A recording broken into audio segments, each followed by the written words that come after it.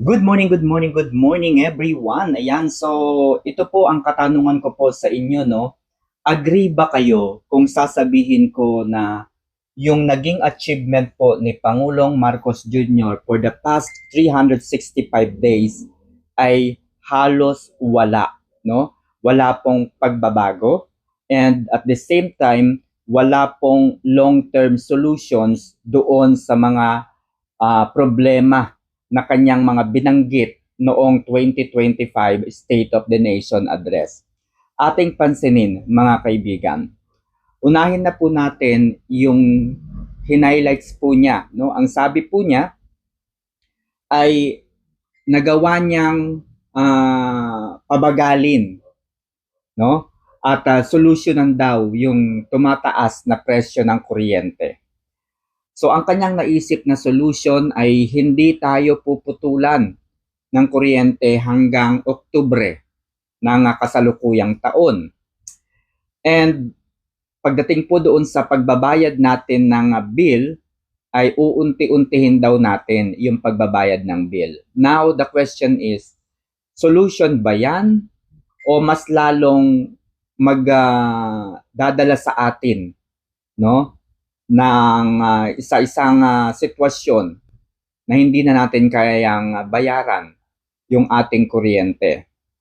Okay? Bakit? Kasi kapag naipon po yung ating bayarin sa kuryente, ang pinakang punot dulo pa rin po niyan o ang pinakang dulo pa rin po niyan, puputulan pa rin po tayo ng kuryente. Bakit?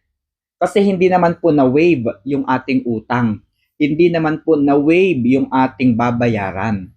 Ang ginawa lamang pong solution, pinadelay lamang po yung pagpuputol ng kuryente. Pangalawa, binigyan lamang tayo ng opsyon na dahan-dahanin ang pagbabayad ng kuryente. So, halimbawa, wala kang trabaho.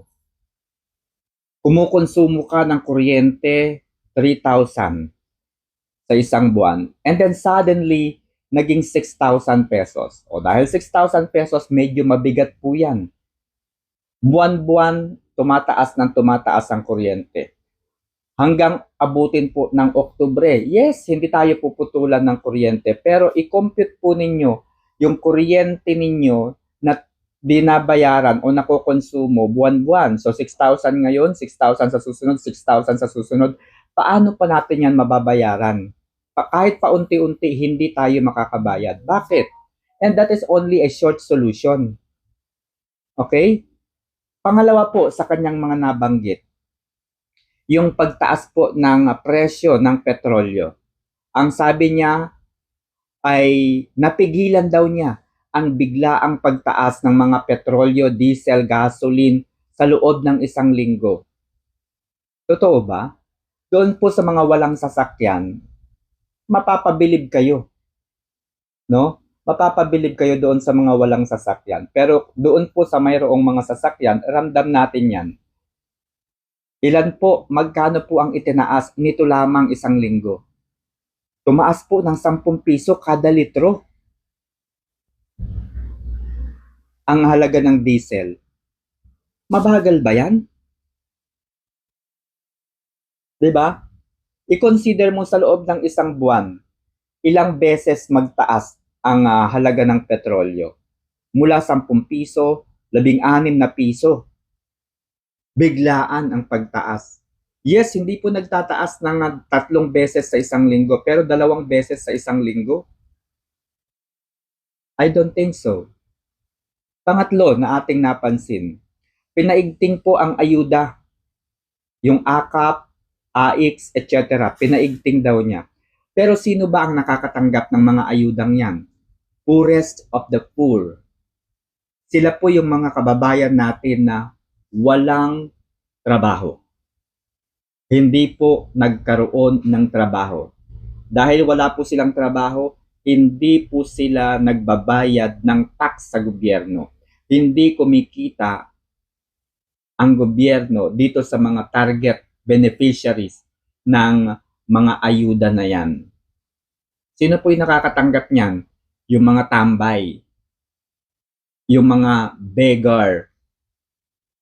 Yes, tulungan natin yung mga yan. Pero paano naman po yung mga nasa middle class? Yung mga tao po, mga individual na nagtatrabaho. Hindi porket may trabaho, meron pera na. Hindi porket may trabaho, advantage na ito kumpara doon sa mga poorest of the poor na target ng mga ayuda na yan. Minsan, mas swerte pa nga po itong mga poorest of the poor. Una, wala silang iniisip, wala silang utang. Umaasa lamang po sila doon sa buwan ng supply ng kanilang mga allowances. And then there you go, DSWD has now uplift program. Sino po yung beneficiary ng uplift program na yan? Diba? So to cut the story, those are very short-term solution. Very short term po siya at dahil po very short term, ito pong mga tulong na ito mula sa gobyerno ay matatanggap lamang po not every month, karamihan po every year na po yan. And these people were happy seeing this solution, hearing this kind of solutions or achievement during the SONA.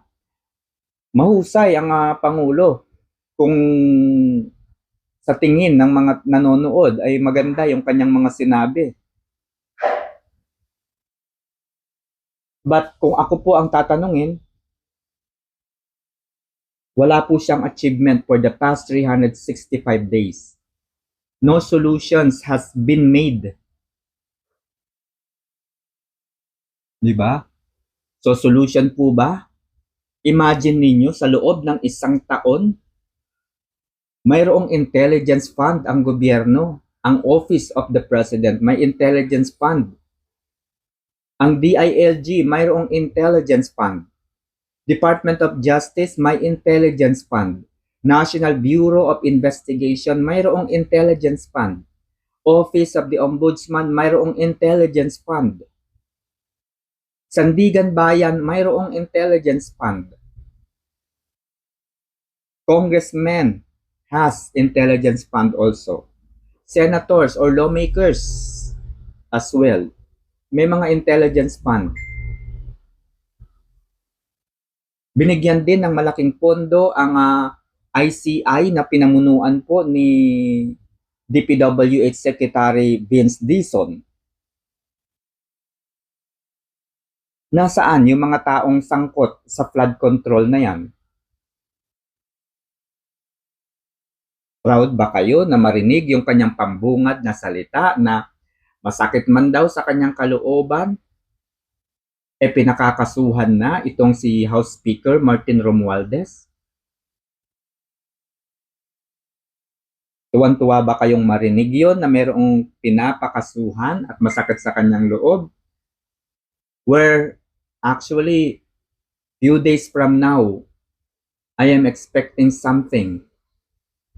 Sasabihin po ng Sandigan Bayan, walang sapat na basihan to convict House Speaker Martin Romualdez. Kasi yung kaso po is not, hindi po yung punishment yung kaso na yun. Yung idedemanda, irereklamo, sasampahan ng patong-patong na kaso. It's not conviction. It's not punishment.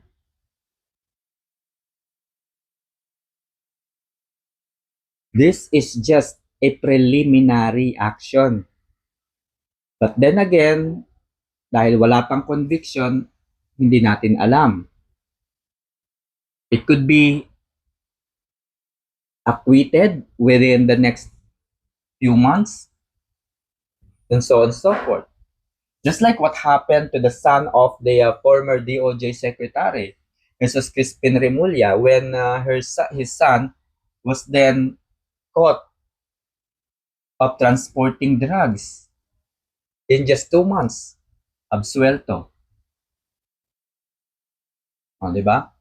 So to cut the story, all the solutions, all the achievements that he mentioned yesterday during the 2026 State of the Nation address was all temporary solutions. And wala po tayong nakikita rito na long-term and magiging sustainable.